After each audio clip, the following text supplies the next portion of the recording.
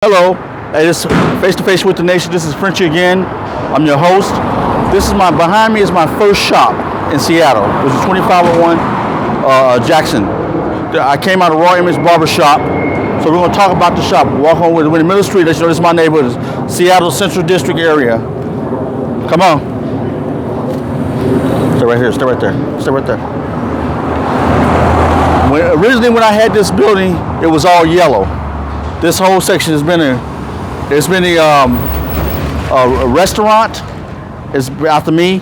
It's been the African market, and it was before there was a barber shop, which was called Raw Image Barber Shop. That's the one I learned from my master barber, Aaron Lucas, which is a Seattle police officer now. He was the owner and proprietor of Raw Image Barber Shop. Across the street there was another shop used to be called.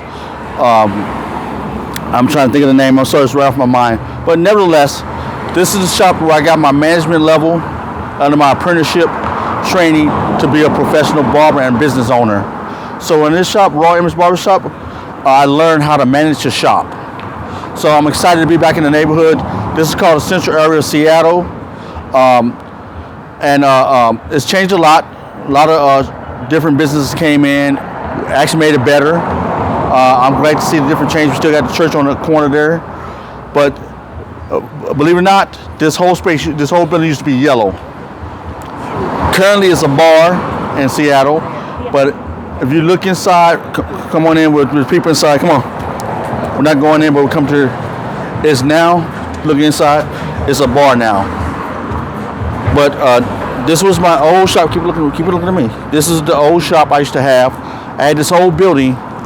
This section here, and we're gonna go on the side. Once this, come back to me. Once this building was sold and was bought by a Chinese conglomerate from an African American and Mexican guy they had owned it before. That was the ones I leased from. That was the owners. They sold the building, and this became an open proprietor business and owned by a Chinese family. I could have kept it, but the prices went up astronomically. It was a lot of changes in Seattle. A lot of prices in the local area had double, triple. So mine's doubled. So I couldn't afford it. But it took a lot of my revenue. So I said I really find another location. But for the second year in the business, on my first shop, I moved upstairs. Come on, follow me. To this other section of the building. This should be a parking lot right here. This is where all the cars used to park at. This is 25th and Jackson. Hello. Now, keep looking over here. Look at me. Now, upstairs, where it says standard that's another section. Before I got that, it was a beauty salon, small little beauty salon, about 500 square feet. When he sold that building, I moved upstairs to this location, where that was my whole building right there, where it says Standard Bureau. I turned it into a barber shop, and I had like 4 barbers working for me. This was my second shop in the same building location, but previously I had both sections, but downstairs was over 1,200 square feet, about 1,400 square feet. So I didn't really need more than that space. I used that upstairs for storage. So after he sold it, he let me stay on for complete my contract, which was 1 more year. I moved upstairs, and the African group took the downstairs and started a halal market. So I'm just letting you know about the neighborhood. Next door is one of the oldest barbershops in the community, which is Mr. Wilson. We're gonna walk and see if he's still there. So walk with me a little bit. Let's check out this neighborhood and see if he's still here. He's an older gentleman, barber, been cutting over 40 years in the Seattle area. This is the Seattle, Central Area of Seattle. We call it the CD, but it's changing now. There's a lot of changes in the community, but it's for the best. This is a senior citizen place over here on the left side there.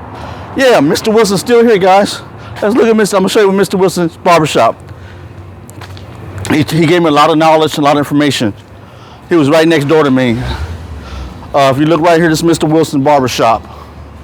And upstairs, he had a stylist upstairs on the roof section. See, this was the old community, guys. You always, when I came up in barbering, I was under a master barber's apprentice. I did a 5-year apprenticeship You know, so in my day, that's how you became an owner. You at least 2 years under a master barber. So I know a lot of people in the community. As I said, Mr. Wilson's still here.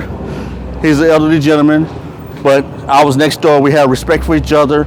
I used to come over and visit him and learn about the days before me, the days that are done, and learn how the community was about 20, 30 years before me, when I wasn't even born.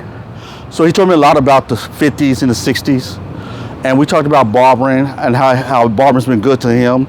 I'm not telling you his personal business, but I learned a lot about barbering and the black barber industry and the white barber industry here in Washington. So I was excited to see he's still here.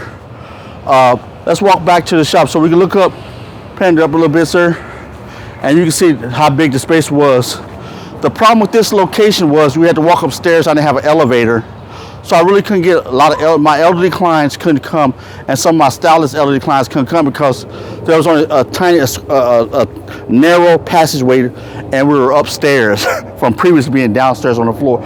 So when you look at, when we tell you about location is important, this is an example of location is important. I had to do it because of the price point and the quick change of ownership. So you gotta remember that as an owner, it's not necessarily you own the, building. When you have a business, usually owned by commercial property, realtors, other investors. So that's another problem with running a business. If you don't own the property, it could be a problem. That came brought with me in my development as a business owner. So I'm just happy to smell the flowers, to be in the neighborhood, to talk to you. Videographer, how many minutes we got right now? Almost 7. Okay, wonderful. We're going to leave a couple more minutes. Just walk with me in the neighborhood, man. Take a look around. This was one of the churches I visited a couple times. Was a Baptist church here that's been here for years. The Greater Mount Baker Baptist Church. Great pastor. I think they have a new pastor now. They was going to sell it. This whole block was going to be owned by Paul Allen. If you come back a little further here, this used to be a red apple. There used to be a parking lot. Where that building is, up there, apartments, that's your RV parking lot, and they had a restaurant, they had a grocery store called, locally known here as Red Apple. We still have Red Apple in a few locations, but it's changed a lot. It's kind of like Kroger's, but a smaller version of Kroger's. Publix down south. But it's a known restaurant here, it's a grocery store here, but that whole area was the parking lot for a Red Apple grocery store and a couple other stores, Pizza Hut, Subways, and stuff like that. But it's changed now. That's what I'm trying to say. Things in the community have changed. But looking up here, this one, when I told you guys in the last video about watching the seasons change, that was the window, guys, in my apprenticeship when a master barber told me about that. So the last video I'll talk about getting your mindset right and prepare yourself to be an owner. This was the tree I was talking about. I actually looked out the window and watched the tree change through the seasons. So that was a lesson. So when I tell you some of the things to learn and to get a mindset in this type of field, in this type of business, I'm really telling you from experience. A lot of people put stuff out here and they're read it from a book, or they're going off their mind or theory or ideology. I'm telling you from life experience. When you want to be an owner, I tell you truthfully, I think most in this particular field, this craft, and you open up a business of this nature, you should do at least a 2-year apprenticeship. But I'm just excited, guys, to be back in the neighborhood and to see my old building. All this building used to be yellow. Right here where they got this restaurant got don't point at look at nobody, got this eatery and where they sit down and eat. That used to be a parking lot. This is still the concrete you can see right here on the ground. Come back real quick. Had interest into the parking lot. So you still come back real quick now. Thank you. So this used to be where people came in and parked their car and they walk around the corner to where I showed you originally, the barber shop, into the barber shop. So now you can see what it used to look like. They didn't get rid of the sidewalk. Now it's just a parking, but it still got the entrance ramp for parking cars. So you can see it's unique, it's different. Come on with me, guys.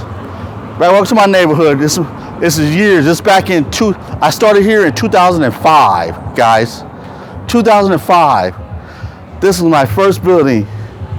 To get a proper name, I came out of Raw Image Barbershop, which was the main section over here on the Jackson Street, which we're going to end this video on. And after that, I was there for a little over a year under my apprenticeship. He moved out and went down in another neighborhood and became a Seattle police officer. I took over and started my own first business from under his shop. So it was amazing, the transitioning. Man, I went through my nervousness, went through all the processes, but I was ready. I know I was ready. I was prepared. I looked over contracts, everything. I was seasoned. It wasn't, I was just jumping out there on my own. I was prepared for this. So that's why I moved the way I moved now in this field. I travel, I opened up shops in Texas with other people. I opened up multiple shops here in Washington. And now I can move back into another shop right now because I'm helping my son with his college program. So it takes a lot of energy. And I'm a little older, guys, now. So that's what's going on with why I'm not having my own shop at this particular time. I'm focused on my son. But we're getting closer there. And he's hopefully going to barber school himself. Second generation, guys. We're going to make this happen. Walk with me. Let's walk and talk with me. We're going to walk around the building and see 25th and Jackson. See the corner? This is where it all started at, guys. South Jackson. This used to be the black community, what they call the red zone, and insurances and stuff like that. This is where blacks was allowed to live. Right down the street, don't turn, a few blocks down this direction going north, you have the Garfield High School. Going south about, I'll say same distance, 4 or 5 blocks down this way, 6 blocks down this way, a little longer, you have the school called Quaker. I'm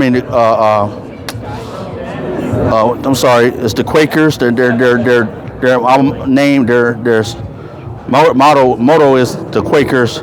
It's called, what's the school? I'm sorry, it didn't come back to my mind. But the Garfield Bulldogs, and you got the right here, it's the rival school, the rival high school. These two Scots going at it for decades. But come on, let's end the video over here.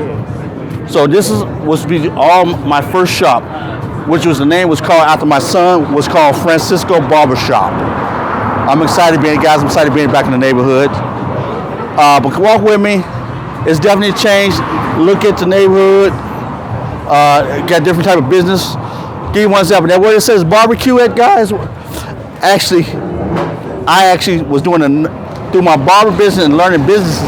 I branched out and started doing entertainment. I started to talk to comedians on BET and different things of that nature. And I got my first. That was my next area of business I was gonna move in. It was a Dallas barbecue right there. It's still a barbecue place, but it was called Dallas Barbecue. The lady moved up here. She actually let me lease out her place, which was like over 1,500 square feet. And I had to get a security guard, pay for all the infrastructure to adapt this business model. And I brought some BET comics on, man. And I branched out and did a couple shows in her building over there. I was excited, man. And a lot of people in the neighborhood came and seen my first 2 shows. But that business model was a lot, it had come with a lot of money and, pay a lot of pockets. And so I learned about the entertainment. I said, well, you got to have a lot of money to go into that field. So I pulled away from that. I eventually want to go back in that in the future, but it was exciting. So from this business here, which is where I came out of the barbershop, 25th and Jackson, Raw Image Barbershop, which I opened, my barbershop was called Francisco Barbershop, named after my son. I branched out to that place there and opened up entertainment, did a couple shows there, brought some BET and Comic View comedian celebrities on, and I was excited, guys. So you can do multiple things when you get into business. Be excited, be motivated. I'm happy to be here, energized. I hope you learned something from this. So never give up. My whole message is to show you where I started at and let you know this is not a game. I'm not trying to bewilder you, bedazzle you, or play with your intelligence. This is true. This is where it all started. I did a 5-year apprenticeship I started here. This is my master barbershop called Raw Image Barbershop. Then I took over, became Francisco Barbershop. It's been a neighborhood, but the neighborhood has advanced.